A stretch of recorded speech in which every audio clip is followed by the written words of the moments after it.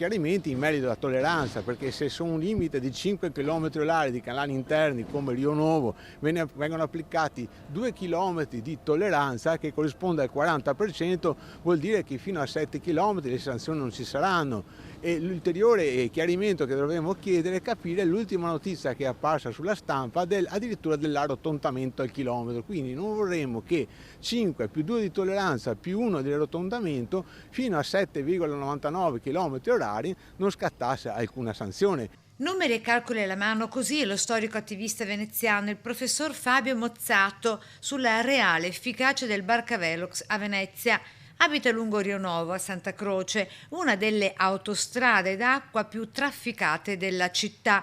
Tra i residenti da tempo in prima linea contro l'inquinamento acustico e ambientale interviene con fermezza sulla questione dei limiti di velocità nei canali.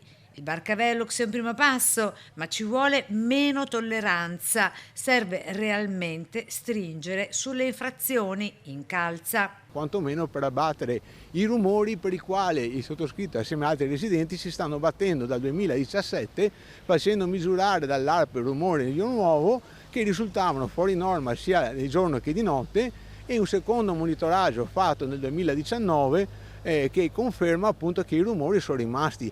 La sua voce si unisce infatti a quella dei residenti stanchi del continuo via vai di motoscafi, taxi e barche private. Chiede, in qualità di portavoce, maggiore rigore e meno tolleranza contro chi viola le regole in laguna.